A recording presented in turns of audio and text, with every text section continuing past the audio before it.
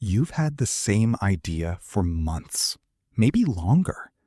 You think about it in the shower, on the way to work, in those quiet moments before you fall asleep, when the noise of the day finally stops and something honest surfaces. And every time, you tell yourself the same thing: not yet.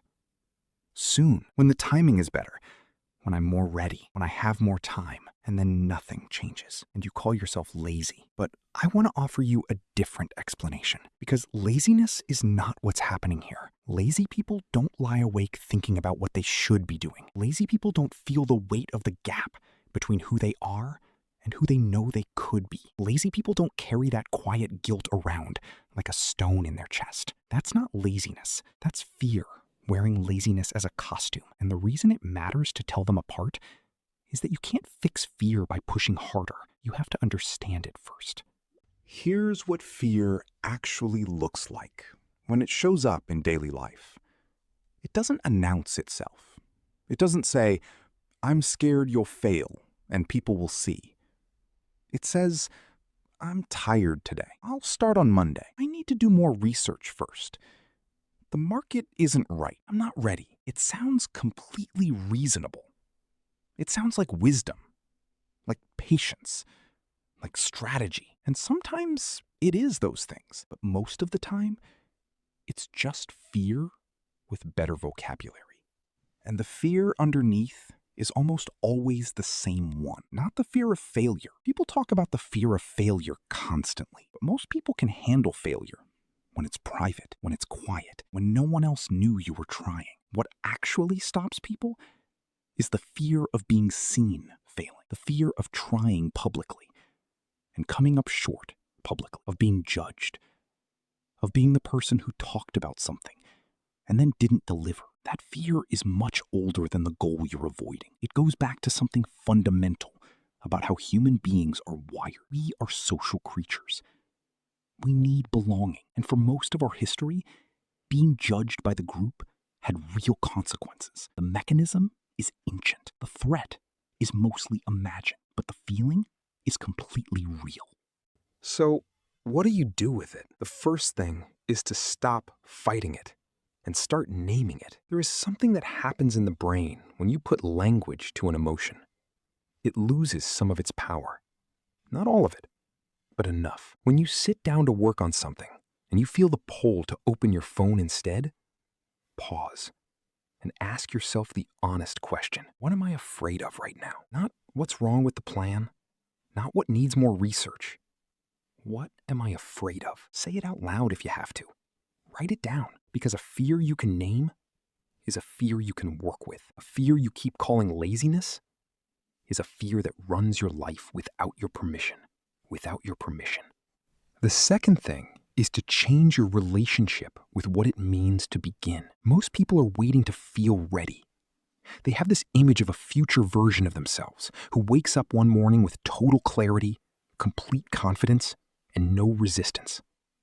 And they're waiting for that version to arrive before they start. That version is never coming. Not because you're broken, but because that's not how readiness works. Readiness is not a feeling that precedes action. It's a feeling that follows it. You don't feel ready and then begin. You begin. And somewhere in the process of beginning, you start to feel capable. The resistance doesn't disappear before you start. It disappears because you started. There's something else worth understanding. The version of you that keeps waiting is not protecting you. It feels like protection. It presents itself as caution, as practicality, as just being realistic. But what it's actually doing is keeping you in a holding pattern that gets more comfortable the longer you stay in it. Inaction has a cost. It just gets paid slowly, in small, invisible installments, spread across months and years. The cost is the gap, the growing distance between what your life is and what you know it could be. That gap is not neutral. It accumulates. And one day you look back and realize the thing you were protecting yourself from was never as dangerous as the years you spent avoiding it. Think about the things in your life that took real courage to do. The conversation you kept putting off. and finally had. The thing you applied for, not knowing if you'd get it. The moment you let someone see something real about you, instead of the version you'd been performing. Remember how it felt before. The weight of it, the stories your mind was telling you about everything that could go wrong. And then remember how it felt after. Not necessarily because it went perfectly, but because you did it.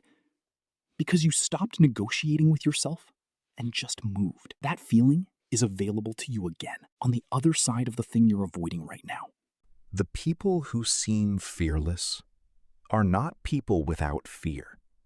That is one of the most persistent lies the self-improvement world tells, that somewhere out there are people who simply don't feel the resistance, who don't lie awake questioning themselves, who step forward without hesitation every time. Those people don't exist. What does exist are people who feel the fear and have developed the habit of acting anyway, not because the fear is gone, but because they've done it enough times to know that the fear is not a signal to stop. It's a signal that something matters, and things that matter are worth moving toward, not away from.